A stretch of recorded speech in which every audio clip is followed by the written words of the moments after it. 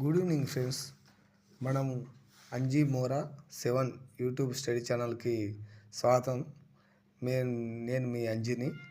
మనం చెప్పుకోబోయేటప్పుడు నాతో పాటు మీరు కూడా చదువుకోవడానికి ఆస్కారం ఉంటుంది. మనం discuss with questions, science and technology daily మనం 10 క్వశ్చన్స్ చేద్దాము. ఈ వీడియో మీకు ఉపయోగపడుతుందని ఆశిస్తున్నాను. అలాగే నా ఛానల్ని సబ్స్క్రైబ్, లైక్, షేర్ చేస్తే మరింత మందికి చేరువ చేస్తారని ఆశిస్తున్నాను. మనం ఇప్పుడు టాపిక్లోకి వెళ్దాం. కింది వాటిలో భూ పరిపాలన, ప్రకృతి విపత్తుల నివారణ కార్యక్రమంలో ప్రధాన భూమిక వహించే సంస్థ అని ఇచ్చారు. ఈ సంస్థ పేరు వచ్చేసి నేషనల్ రిమోట్ సెన్సింగ్ సెంటర్. మళ్ళా రెండో క్వశ్చన్, కింది వాటిలో ఒకే ప్రయోగంలో 20 ఉపగ్రహాలను వాటి కక్షలోకి చేర్చిన ఉపగ్రహ వాహన నౌక అని ఉంది. ఇది వచ్చేసి PSLV C-34 నౌక. ప్రారంభంలో అంతరిక్ష పరిశోధన కార్యక్రమాలు నిర్వహించినది అని ఉంది. ప్రారంభంలో వచ్చేసి ఏది నిర్వహించింది? అణుశక్తి విభాగం, డిపార్ట్మెంట్ ఆఫ్ అటామిక్ ఎనర్జీ.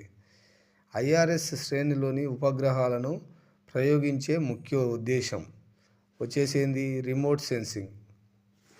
అలాగే సమాచార ఉపగ్రహాలను ప్రవేశపెట్టే కక్షలు వచ్చేసి ఏ కక్షలు? భూస్థిర కక్షలు, జియో స్టేషన్ అండ్ ఆర్బిట్స్. మూడో ఆన్సర్ కరెక్ట్. అలాగే కింది వాటిలో PSLV C-37 పేలోడ్ కానిది అని ఇచ్చిండ్రు. ఏంది కాంది?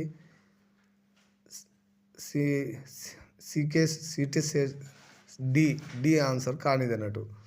అలాగే ABC అనేది 3 కరెక్ట్ అన్నట్టు. కానిది డి. కింది వాటిలో విద్యార్థులచే రూపొందించబడిన ఉపగ్రహం కానిది అన్నారు. ఎడ్యుషాట్ వచ్చేసేది అది ఎడ్యుషాట్ అనేది కాదు. మిగతా 3 కరెక్ట్. ఇది ప్రథమ ఉపగ్రహమే జుగ్ను స్టడీషాట్ అనేది కరెక్ట్. కానిది ఎడ్యుషాట్.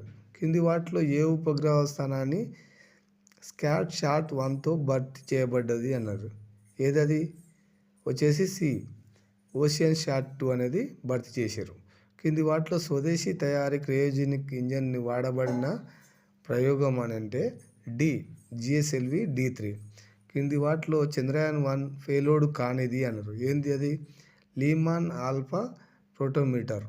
కాబట్టి ఈ 10 ఆన్సర్లను మీకు అందించడం జరుగుతుంది. కాబట్టి రోజు అంజీ with 10 questions, 10 answers with discussion. కాబట్టి లైక్, షేర్ అండ్ సబ్స్క్రైబ్ చేస్తారని మరిన్ని క్వశ్చన్స్కి మనం రేపు తెలుసుకుంటున్నాం. కాబట్టి థ్యాంక్ యూ, ఆదరించాలని కోరుచున్నాను. Thank you friends.